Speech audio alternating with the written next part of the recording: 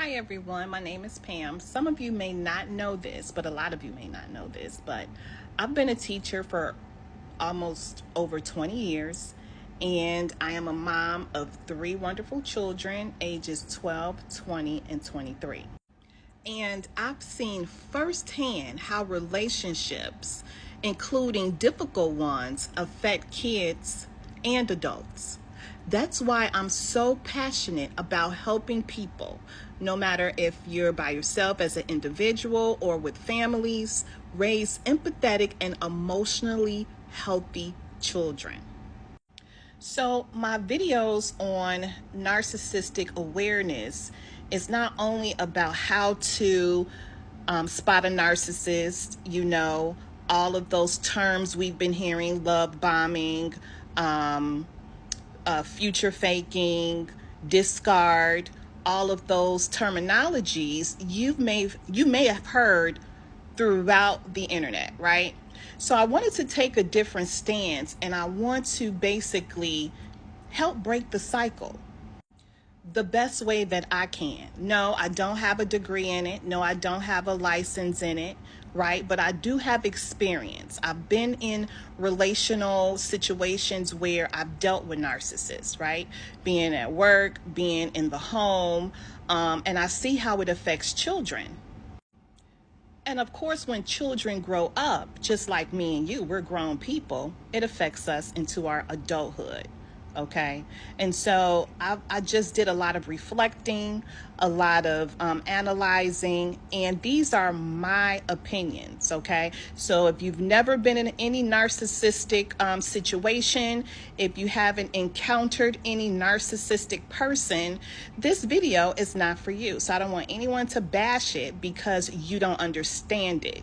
Those people who have been in those situations understand exactly the narrative of what I'm saying. Okay, so this is for you. So I basically formulated, if you will, a guide about raising empathetic and emotionally healthy children. And so there's just some ways. So if you have some thoughts, please feel free to put them down in the comments below. One, I'll get right into it. One, model empathy. So basically, this is for parents. If you don't want to use it, that's fine. If you have, other thoughts about it, put it in the comments that can help others. This my videos are about uplifting, not bashing or making judgments. Okay, one, model empathy.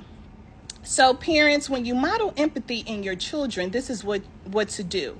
You yourself have to be an example. So you have to show kindness, share your feelings, and explain how your actions affect others, okay? This works because children learn emotional responses by observing who? By observing you, other adults, okay? So an example can be, I feel frustrated when you talked harshly to your sibling when they needed help. Let's try saying it in a kinder way. So that's basically showing empathy and redirecting those behaviors. Secondly, teach emotional vocabulary. So what to do with this is help your child name feelings. How do you feel? Let them understand the meaning of these words, right? Happy, frustrated, jealous, proud. Why it works? It works because understanding emotions is the first step toward regulating them, right? So if your child is feeling angry, instead of them stomping off or hitting the wall or, hitting their sibling, help them recognize how they feel. It's okay to feel angry, but what's not okay is how we express it, okay, in the wrong way. So count to 10, separate yourself. You could use book stories or daily check-ins to help build this confidence and awareness of this. How did that make you feel? And then talk through strategies that can help them overcome their emotions. The third one is set clear boundaries, okay? You just can't have your child do anything they want, right? and or try to overlook it. Yes, as a parent, I'm a parent myself. We're tired, you know. It's easier to do a hush hush. Yeah, just have it. Instead of setting clear boundaries. Okay, you cannot do this. Okay, what to do? Establish those rules and enforce consequences calmly.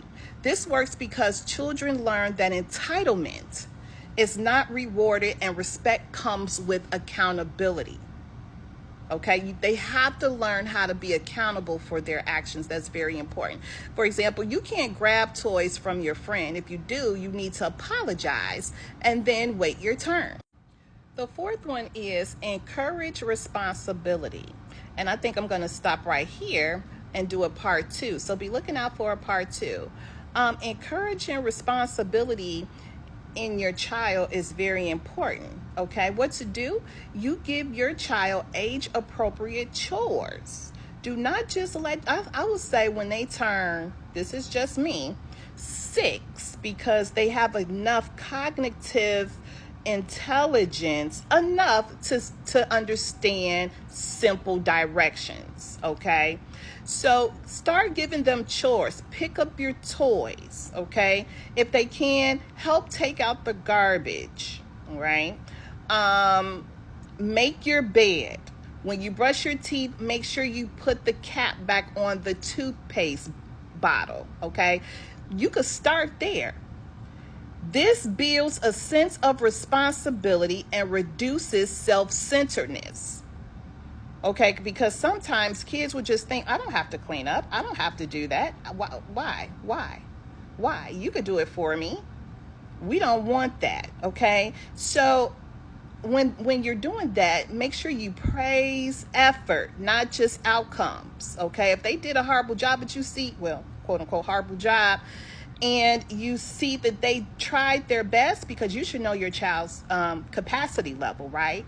You don't say, why you do it that way? Okay, because that discourages them. But what you can do is say, you worked hard on cleaning your room, I see. Thank you. This builds confidence. This builds in a positive way, right? And it makes them have sense of self and sense of pride, which are good character traits. Okay, so I'm going to stop right there, you guys. I will be back on with a part two, and I hope these tips help someone and or reinforce what you're doing. I know as parents we're tired, but we have to break this cycle of narcissism. Okay, I hope you guys have a good day. I'll talk to you soon. Bye bye.